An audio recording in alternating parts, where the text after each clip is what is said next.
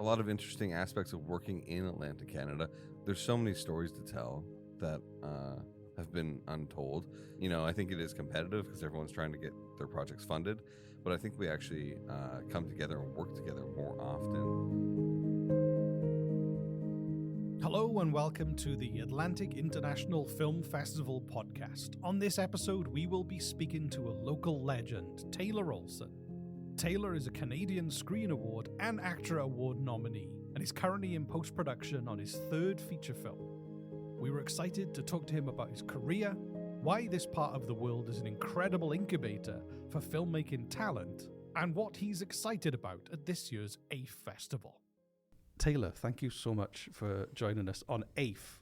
I've been told I've got to call it AIFF now, not AAF. Oh, is that really the new thing? That's the new thing. Yeah. Good to know. Do you like AIFF. it? Did I get that right? Is it AIFF? Yeah. Okay. So thanks for joining us this year on the podcast. What are your plans for the festival? Well, I hope to attend as much as possible. I want to attend AIFF partners and pitch some projects there, and definitely just see as much as I can of the local work. Especially, it's exciting and fun to go see the films that are sort of like the new wave films from the new generation of filmmakers in Halifax. Yeah, and I especially like going to that program. So yeah, I can't wait to see everything.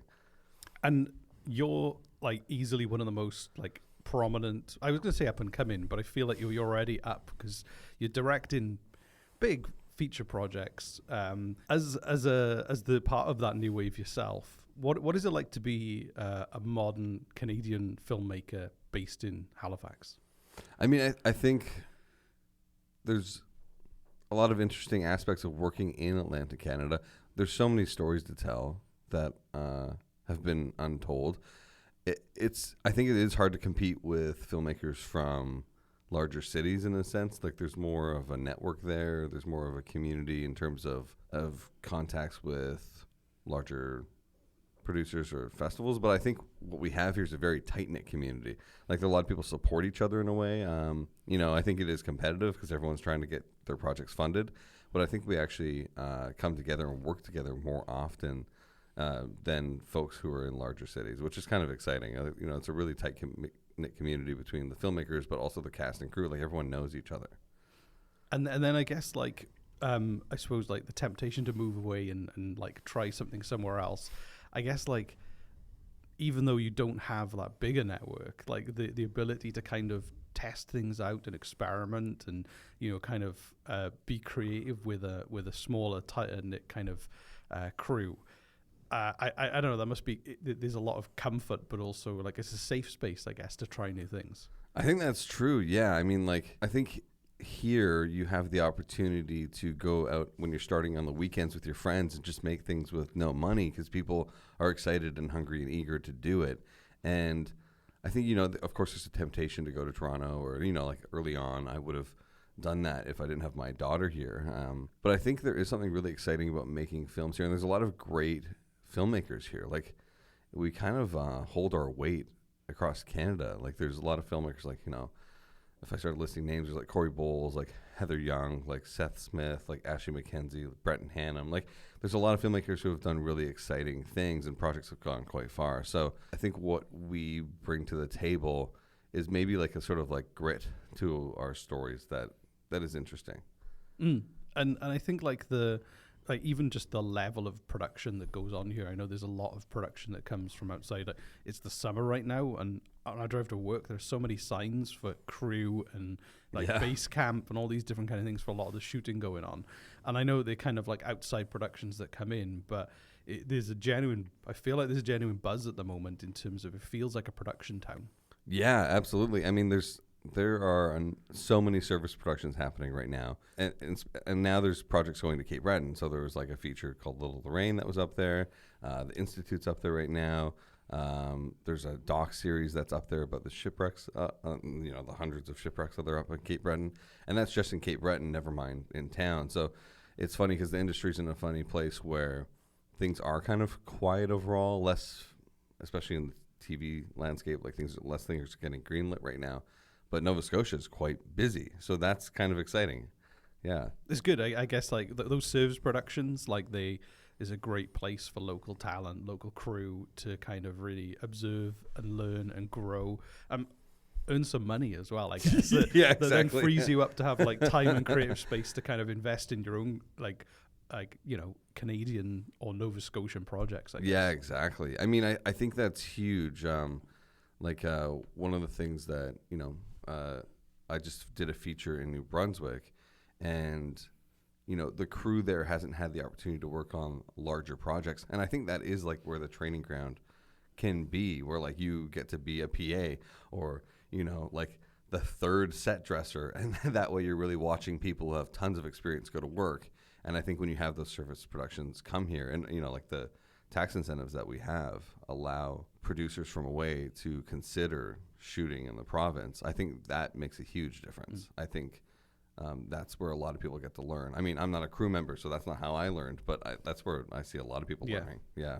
Now, coming back to you personally, I know a bit about your story because I've worked with you and I know you, but tell us a little bit about your journey from like when you first like realized you wanted to make film or kind of work in a creative field to the point where you kind of directed your first feature, Bone Cage. Because that to go, I think everyone who goes to film school, even if they tell you they just want to edit or they just want to hold a boom, everyone has this aspiration to direct their own feature. Yeah. You're going to wrote, starred, and directed your own feature. So tell us a little about that journey from going, I'm going to start making films to, oh my God, I'm going to make my first feature. Yeah. Well, I started as an actor, so I went to theater school at Dal, and I didn't really think I would continue acting. I was going to just finish my degree there and then go and get a Bachelor of Education and be like a drama teacher, essentially. And then John Dunsworth, who was Mr. Leahy on the Trailer Park Boys, came and did a acting for the camera workshop and was like, you should go and try to be in movies. And I was like, okay, well. And then he set me up with a couple auditions. And that's amazing. Yeah, that's a great origin story. I mean, I think so many people in the local industry have a John Dunsworth, like, if they were, before he passed and started working then, a John Dunsworth story of like how generous he was and how it changed them moving into the industry. Like so many people do. He was just like that guy that you kind of want to grow up to be like, because he was so kind and generous. But yeah, so I had a couple auditions for some like super tiny non-union acting jobs, got those, and then immediately was like, oh, I guess I want to try to really do this. And started working a little bit, but then was pretty bored in between. So would start writing projects to act in myself. And then through that process sort of fell in love with writing and would hand it off to young directors who did really interesting work with what the writing was, but wasn't what I had imagined. I didn't realize that I had actually like directed the movie in my head as well as wrote it. And I'd be like, yeah, this was cool to a friend, or like, this was cool, but like, I really imagined it'd be like this and this and this. So like, what do you think I did wrong with the writing? And they're like, nothing. And they did nothing wrong. That's just directing. So then I started to direct as well. And it started almost like as a thing where I was trying to find ways to continue to explore work as an actor, but then fell in love with writing and directing just as much as acting. And so, yeah, I made a few short films sort of on the weekend with my friends with no money, like, put some money down on my credit card to pay for food. And then we'd all hang out for the weekend and shoot it. And thankfully, that sort of led to me doing this play, Bone Cage by Catherine Banks. It's a great local playwright. And I loved the play, and I understood the world a lot because my dad works in the forestry industry and was a heavy-duty mechanic in the forestry industry for years. So I'd seen clear cuts out in BC and seen the devastation. And just when we were doing the play, I could kind of see the images that you don't get on stage. And I was like, I think this should be a film. And thankfully, she let me go and make it. And so we applied to the Talent to Watch program at Telefilm, which is like a micro-budget feature program, and got that. And so then that was the opportunity to make the first feature. Yeah. That's amazing. It's for you to kind of, I guess, to kind of do the play version first and then to be able to kind of then realize it on screen. You kind of, it is one of those movies where you know, like you're saying, you try and capture the clear cut, the environment. It's so like there's a spectacular kind of gruesomeness to that kind of visual. Yeah.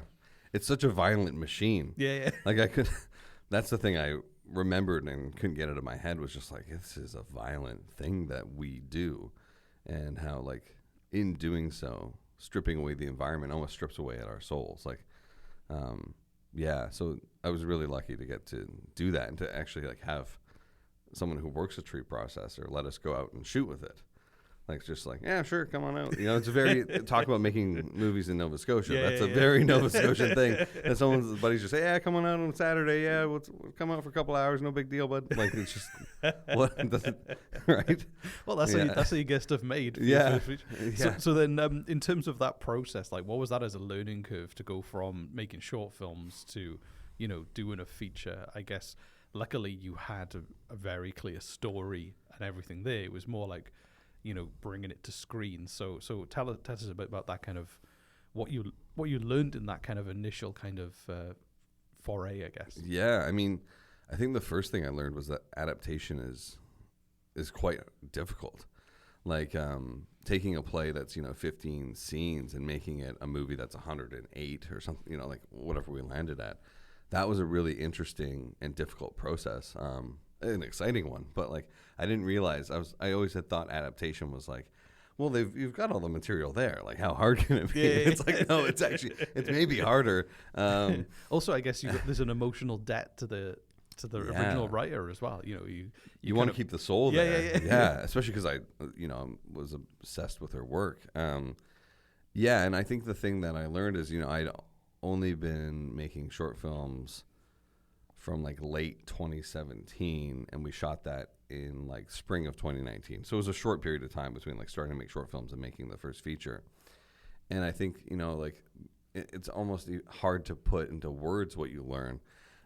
You learn from so many mistakes, it's almost unbearable. But at the same time, the thing I learned was that like if you understand the heart of the story and the characters, and coming from an acting background, like usually for me, they're character studies is sort of my way in.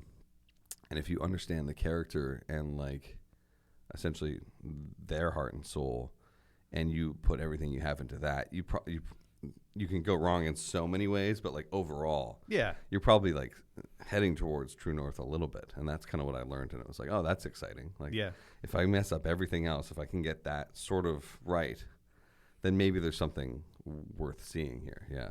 Amazing. And then what was the response like? I mean, it must have been terrifying to share it with people. And then at the same time, you know, like you're on a path of, you know, spoiler alert, you're making lots of feature films. So it went well, I'm assuming. I mean, I'm proud of what we did, and we released during COVID, which was a really unusual time to release a movie, because film festivals were taking like, in some cases, not even half as many features as they were. Like at the beginning, like with TIFF, they took not even like almost like 1/6 of the films they were taking before that year. And so like we were releasing at a time that was really, in retrospect, you almost wonder if you should have waited a year, which some people did.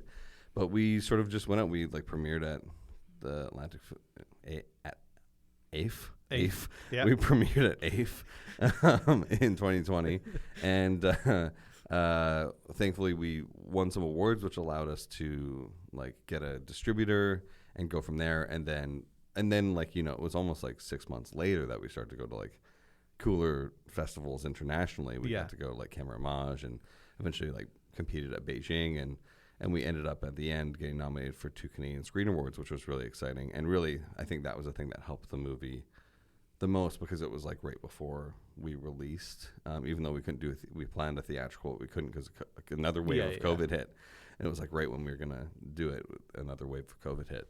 But I think that allowed it to be seen a little bit more than it maybe would have. So and I don't know, maybe it's so hard to say. Like, it's funny because the landscape is, and what I had heard before making my first feature was like, don't screw up the first one, otherwise they won't let you make another one. And I think that's true. I think it is to a degree, but I also think like, oh, whatever. Like these people might not fund you if you screw up the first one, but then you can go in your backyard with your friends and make another one. And if that goes well, there's no law against you making them. Exactly. Like you can make movies now with not very much. So yeah, I think like that was a big fear of mine. Though. It was like, if I screw this up, they will never let me make another movie. Yeah. But that's like for like, you know, people who are aspiring to be filmmakers, something to know that you can make on a micro budget where you're, borrowing like heavy equipment from some guy on the weekend, and then to be tour all these international festivals and kind of, launch your feature film career, is amazing to know that you can go from that point to. I hope you realize how far you've traveled from going, I've made some short films on the weekend with my friends. Let's do a feature. Oh, look, now I'm in the Beijing Film Festival. Yeah, right. Yeah. I mean, that's pretty cool when you put it that way. It's, and like, that's what so many local filmmakers have done. Like, I mean, like most people have gone through the micro budget program. Corey Bowles did that. Ashley McKenzie did that. They all have their young, like they've all done that. Yeah. And I think that, that program is really valuable. I mean, it's not a lot of money, but it's just enough to get yourself into trouble and to make a movie. And hopefully it goes well enough that, you get to make more. Yeah. One of the things everyone says, everyone who knows you, who I know, like any mutual friends, always talks about how busy you are and how many projects you've got going on. Because you also have done a lot of TV as well. Like, it's not just the series work, it's not just the work you do in film, but you're also, with King and Pawn, but also you were writing on This Hour's 22 Minutes. You seem, directing. You were directing on This Hour's 22 Minutes. So I feel like there's almost like a superhuman level of intensity of how much work you're doing. Like, how do you balance that? Because you've got kids. You've got a life as well, I guess. Yeah, I mean, it's funny because I think, people.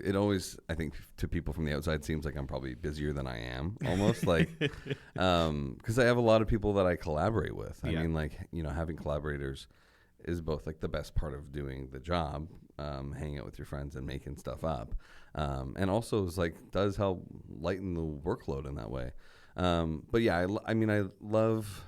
One of the things that I struggle with is I have so many things about making movies and TV that I love. So I love drama. I love comedy. I want to do genre. Like, I kind of am interested in everything, probably from the acting background sort of thing, where like you kind of get thrown into a bunch of different places and you're like, oh, this is all cool. Like, so let's do all of it. And so I think honestly, like, more than like work ethic, which I think I have a good work ethic, is just interest. Like, I'm just really curious about what it's like to try this or do that, and a lot of people who make films are maybe sit in that sort of auteur camp of like singular visionary thing. I'm not that person. Like, that's not me at all. Roll your sleeves up. No, and just get on with it. Steven Soderbergh says this really interesting thing where he says he's a synthesist. Like, he's more interested in the form than like the things that he's working through in his own narrative. Yeah. And I think I was like, oh, I kind of feel like I relate to that. Like, I'm really interested in like in each project, the form. I'd like to think that if you looked at most of my projects and you looked at like how they look stylistically and how they feel stylistically, you'd be like, oh, these are pretty different. From like my first feature, Look at Me, or sort of Bone Cage, to Look at Me, my second feature, to this next one that I just shot. Like, they're all very different stylistically. And I think that's because I'm more interested in like the form of like, well, what is the story and what is the story asking for? And so then obviously TV comes into play there too, because you're like, oh, well, sitcoms kind of cool to play with, or sketches, or, I'm really interested in wanting to do 1 hour drama. Like, I mean, I think it's all quite interesting. Yeah. So yeah, you're having fun and it feels it. Yeah. You're just enjoying yourself. Yeah. and also like, you talk about the balance with kids. It's like, sometimes it's difficult when you have deadlines and like they are paying you and you have to like meet the deadline. As it's like, that's tough. But then there's so much opportunity to like, for me to like bring my kids into my work. Like, my daughter Hope was on set of King and Pawn, this comedy show that we do. And she was like the third AD for like 4 days, having fun, playing around. And she like could kind of come and go into this room where she could like draw and, write her own stories if she just decided she didn't want to do it for 45 minutes. But then she could be there on set, like being involved, calling action, having fun.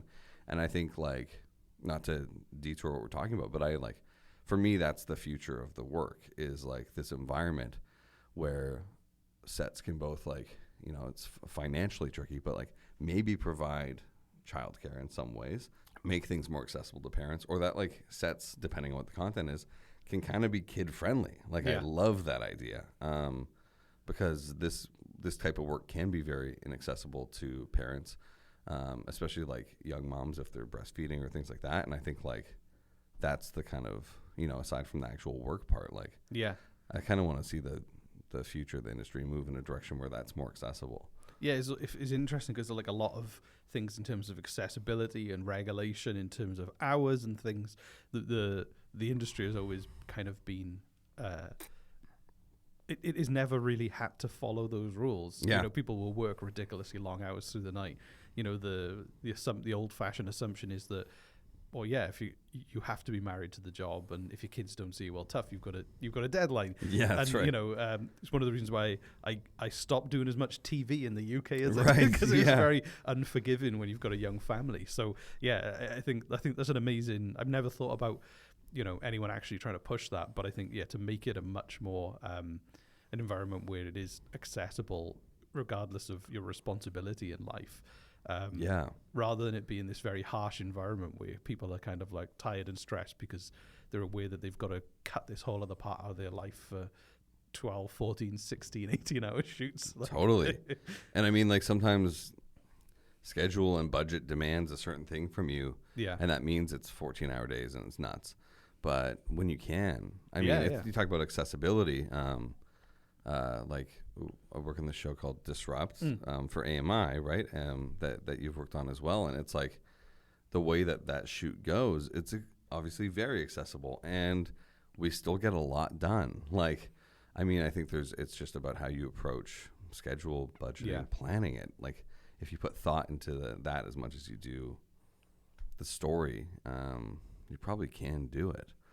We've seen people do it. Yeah, exactly. Sarah Polley did it on, what's the movie? Great movie. She won an Oscar for it.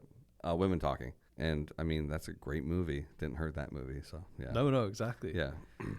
Your second feature, Look at Me, very, you very personally intertwined, like, I guess it's like semi-biographical. There's an element I call it like a fictional autobiography. Yeah. But there's elements of you, but also you put yourself through like a very intense physical process. Yeah. Could you talk a little bit about that? Yeah. So, that movie, I just finished Bone Cage, and I was like, you know what? I want to shoot this movie over like 2 years to do this sort of physical transformation in the middle of it. And I need time. And if I need more time than that, then I'm going to need it. And so I was like, well, for funding bodies, that can be kind of tricky, where it's just like, I'll finish the movie, I promise, at some point. And all your fiscal stuff, like, whatever, who cares? Just give me an open-ended amount of money over an open-ended amount of time. Exactly. And so I was like, you know what, we'll just make it on the weekends with our friends, which is like kind of what I was used to doing. And we started shooting it that way. But then the pandemic hit, and we were like, oh, I can't shoot now. Yeah. So, and I was going to just write a chunk of it.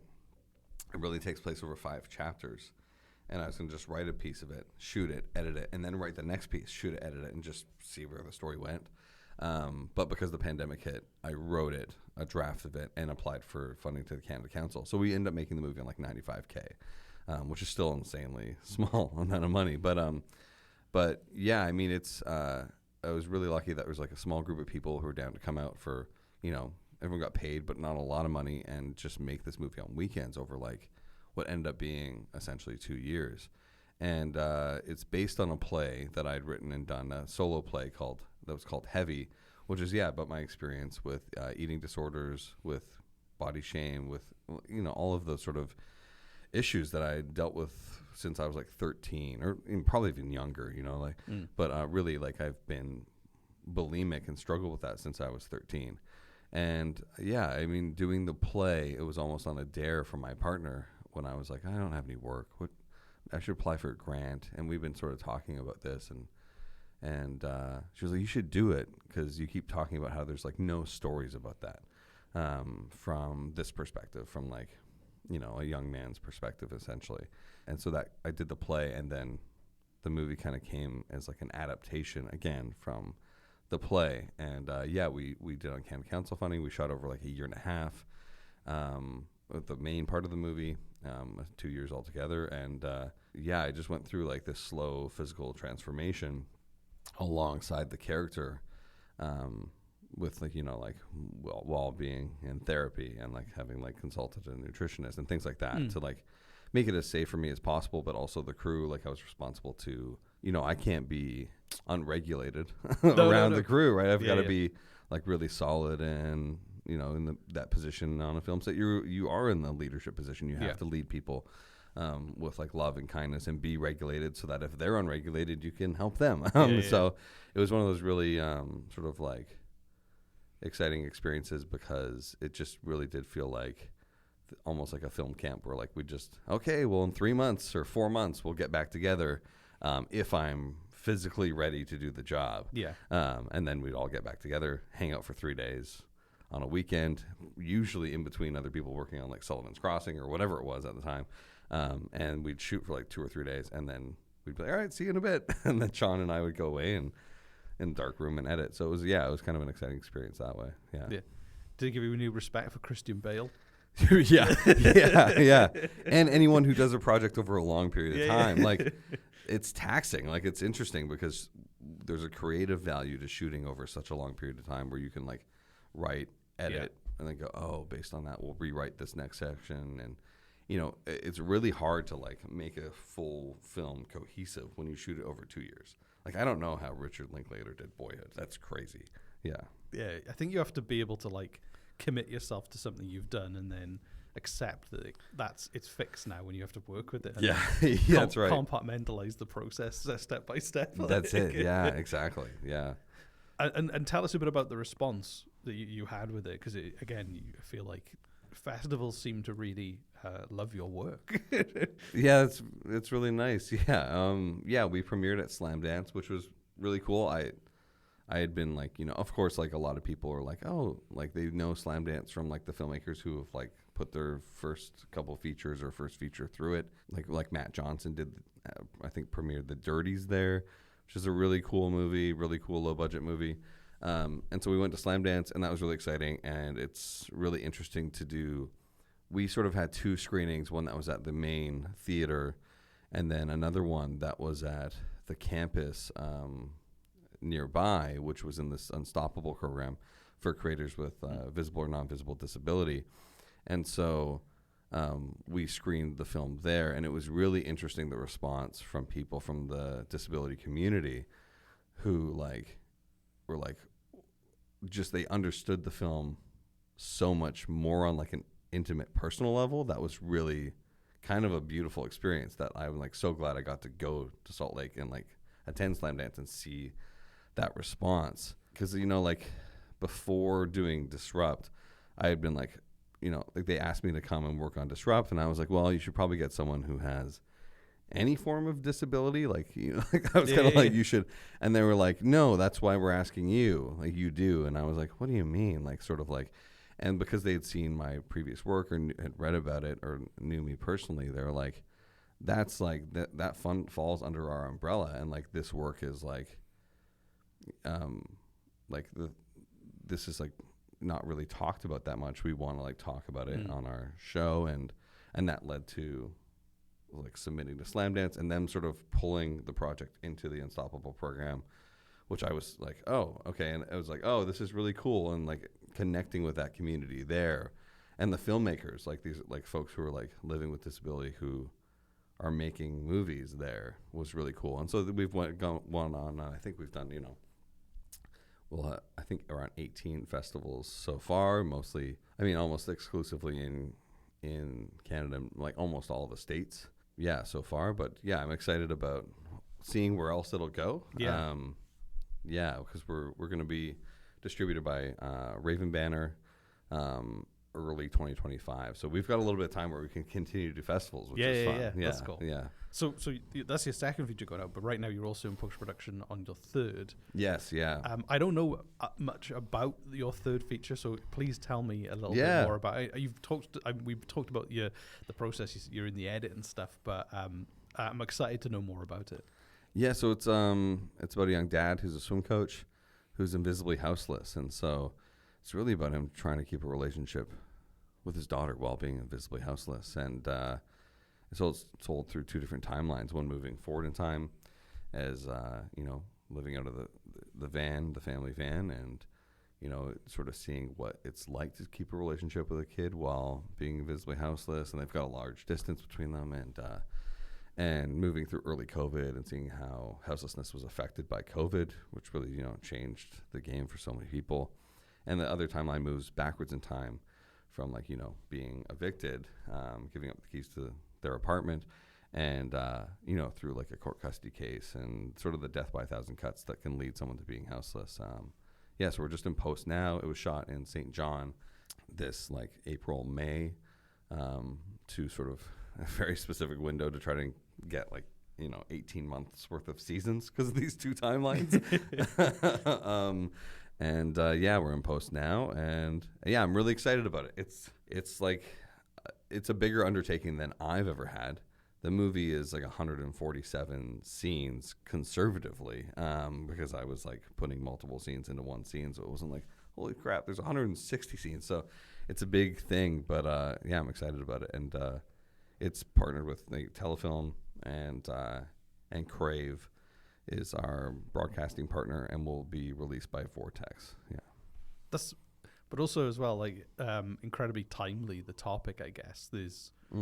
Did you pick that because you were like, this is a kind of this is an issue that needs highlighting? I feel like this you are very much driven by issues. I feel like it's clearly permeating through in how you approach things. So was this like a real burning issue for you right now?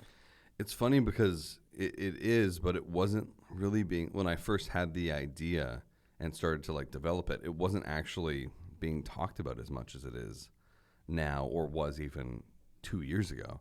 And it's true, I am very driven by issues. For Bone Cage, for me, it was the destruction of our planet and not really understanding how I felt about that and what we have to do to have an economy, but also we're not going to have a world. So for me, it's usually I don't know, this thing really, really upsets me. I don't know what to do about it personally.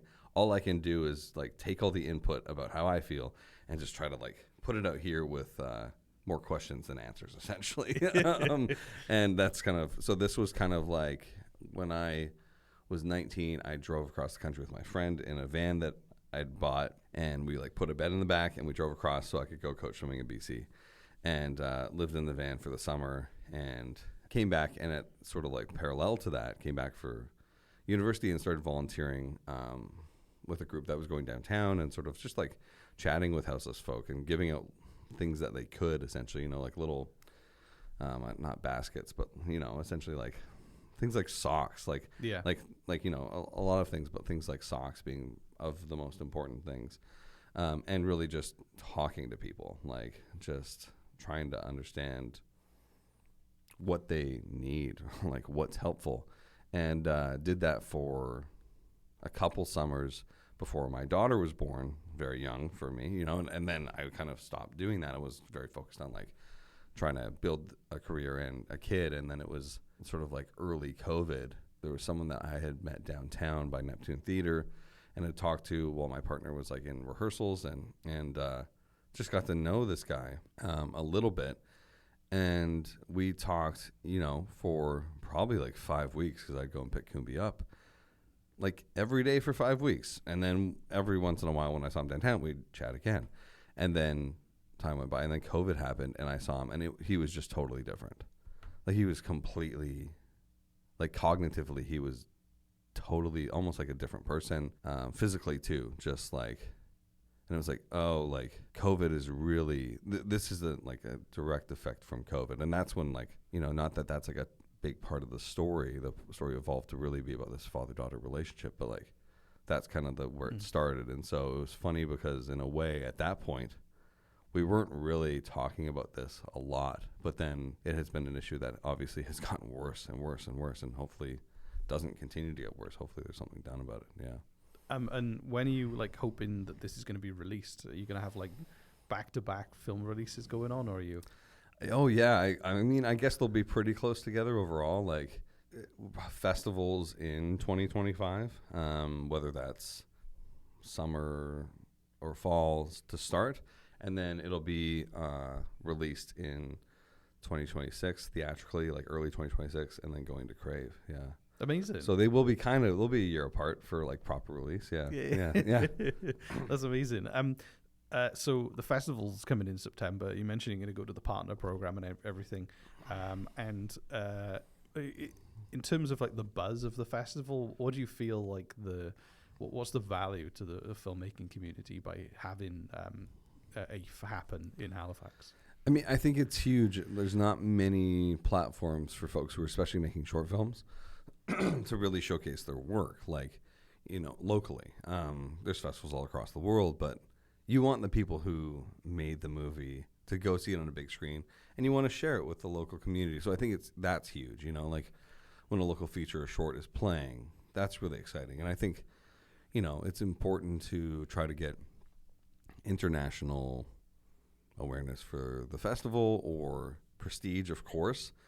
But for me, the heart of the festival has always been the local programs and getting to see local filmmakers work and like celebrating each other. And for me, that's what the festival is really about. Like, it's cool when like a movie like Moonlight is playing at the festival, but like you can see that and people should go see those movies. Of course they should. I'm not discouraging anyone from going and seeing those at the film festival, but it's really cool to see local work because how often do you get to see it? So that's the big draw for me. And sit in a theater rather than watching a YouTube link or a Vimeo link as well. That's right. Yeah, like people will share their work online later, but like it's way cooler to go see it in a theater with a bunch of people. Yeah, like that's I think like the experience of seeing movies in a theater is like really, I don't know, like there's people sometimes like you almost roll your eyes at when they're like it's a religious experience, but like sometimes it can be life-changing. Like I don't know, like, and that's really cool. Like when I first started coming to the festival and there was like I saw Cast No Shadow by Christian Sparks there, and I was like, holy crap, you can make good movies in Atlantic Canada? Like, and that was no knock to anyone before that. I just hadn't seen movies. I was just out of theater school. And then I discovered a bunch of great movies by Atlantic Canadians and all across Canada. And that was the moment where I was like, wow, like, oh, that's cool. I want to try to do that. Like, yeah. So like, and that was a Newfoundland film. So it's like, those are the things that like the festival experience is, I think, really exciting. Thank you for listening to the 2024 Atlantic International Film Festival podcast. You can find out more about the events and book tickets by visiting atlanticfilmfestival.ca. I've been Rhys Waters. Now go watch a movie.